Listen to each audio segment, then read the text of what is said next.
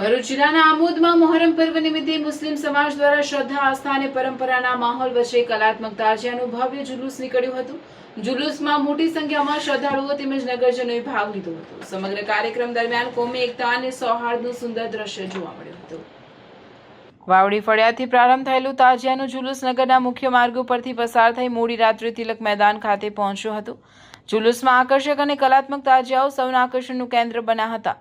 રંગબેરંગી સજાવટ અને પરંપરાગત કારીગરીથી તૈયાર કરાયેલા તાજિયાઓ જોવા માટે મોટી સંખ્યામાં લોકો ઉમટી પડ્યા હતા. મોહરમના પવિત્ર અવસરે ઇમામ હુસૈન અને કરબલાના શહીદોની યાદમાં મુસ્લિમ યુવાનોએ વિવિધ હેરત અંગેજ કરતબો રજૂ કરી દર્શકોને મંત્રમુગ્ધ કર્યા હતા.